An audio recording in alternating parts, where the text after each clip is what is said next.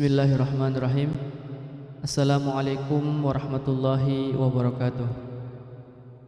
Alhamdulillah, alhamdulillahirabbil alamin, wa bihi nasta'in wa ala umuri dunya waddin.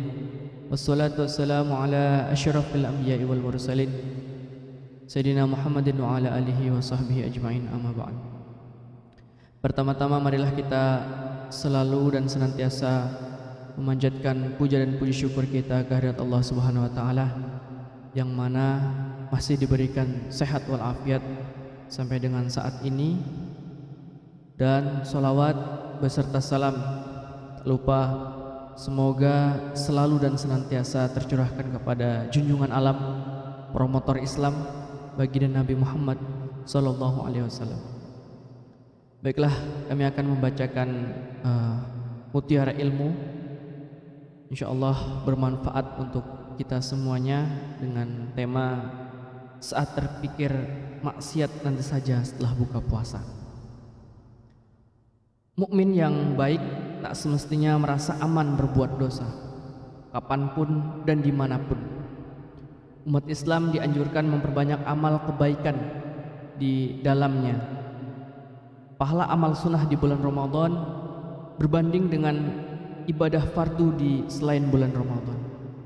Kemudahan dan semangat melakukan kebajikan di bulan Ramadan umumnya melebihi antusiasme di bulan lainnya. Sebab nafsu yang malas dari kebaikan terpenjara dengan rasa lapar dan dahaga. Setan-setan dibelenggu, pintu-pintu neraka dikunci, pintu-pintu surga dibuka. Begitu besarnya pahala di bulan penuh berkah ini tidak lantas tanpa menyisakan problem. Di antaranya mental setelah berpuasa di siang hari. Terkadang ada perasaan bahwa lebih aman berbuat dosa di malam hari, tepatnya setelah berbuka puasa hingga subuh, ketimbang siang hari kala seseorang berjuang mempertahankan keabsahan puasa. Alhasil siang puasa dan merasa takut melakukan dosa, tapi di malam hari merasa lebih enjoy menggunjing, berbuat dosa dan sebagainya. Anggapan tersebut bisa jadi karena kebodohan atau tidak terkontrolnya luapan emosi atau balas dendam. Anggapan tersebut sesungguhnya tidak pantas dilakukan oleh orang beriman. Sebagai upaya membenahi dan mengobati anggapan tersebut, perlu kiranya mengingat beberapa hal, yaitu sebagai berikut. Yang pertama, hikmah diwajibkannya puasa Ramadan. Salah satu hikmah diwajibkannya puasa Ramadan, sebagaimana penjelasan Syekh Sulaiman Al-Jamal mengutip dari Syekh Al-Barwami, adalah agar dapat menghasilkan zuhud yang wajib dan sunnah. Zuhud yang wajib adalah menjaga diri dari melakukan keharaman, sedangkan zuhud sunnah artinya menjaga diri dari perkara makruh dan hal yang tidak bermanfaat. Di antara hikmahnya lagi adalah mempersempit laju setan dengan lapar dan dahaga. Sesungguhnya setan senantiasa mengganggu manusia terus-menerus, seperti mengalirnya darah di tubuh.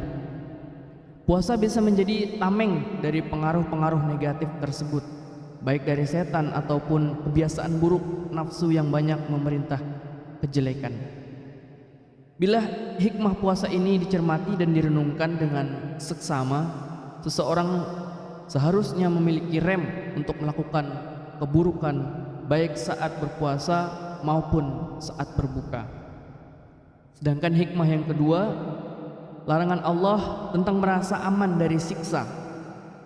Segala perbuatan dosa manusia pasti ada konsekuensinya. Allah senantiasa mencatat amal keburukan manusia dimanapun dan kapanpun. Semuanya tidak akan luput dari pengawasannya. Allah mengancam para pendosa dengan siksa-siksa. Terkadang langsung ditimpakan secepatnya, terkadang dibiarkan seperti tidak ada siksa. Namun Allah menangguhkan azab sampai pada suatu waktu sekiranya semua dosa-dosa terkumpul. Siksanya akan menghujam dengan sangat derasnya, berbanding lurus dengan tumpukan dosa yang dilakukan oleh manusia. Oleh sebab itu, hendaknya manusia tidak merasa aman saat melakukan dosa, kapanpun waktunya dan dimanapun tempatnya. Allah menyebut orang-orang yang merasa aman dari siksanya dengan orang-orang yang merugi, sebagaimana firman Allah yang artinya, maka apakah penduduk negeri itu merasa aman dari siksaan kami yang datang malam hari ketika mereka sedang tidur? Atau apakah penduduk negeri itu merasa aman dari siksaan kami yang datang pada pagi hari ketika mereka sedang bermain? Atau apakah mereka merasa aman dari siksaan Allah yang tidak terduga-duga? Tidak ada yang merasa aman dari siksaan Allah selain orang-orang yang rugi. Quran surah Al-A'raf 97 sampai dengan 99. Syekh Ismail Haqqi bin Mustafa Al-Khalwati Al-Hanafi menjelaskan ayat tersebut. Dikatakan makna ayat ini adalah tidak merasa aman dari siksa Allah dari orang-orang yang bermaksiat, tidak aman dari siksa Allah dari para pendosa, kecuali orang-orang yang merugi. Adapun para nabi tidak merasa aman dari azab Allah atas kemaksiatan. Oleh sebab itu, dengan sendirinya mereka tidak melakukan kemaksiatan. Hikmah yang ketiga, berlanjutnya kebaikan sebagai tanda puasa diterima. Sesungguhnya Allah melatih manusia di bulan puasa untuk membiasakan berbuat kebajikan. Tidak hanya di bulan suci Ramadan, namun di bulan-bulan setelahnya.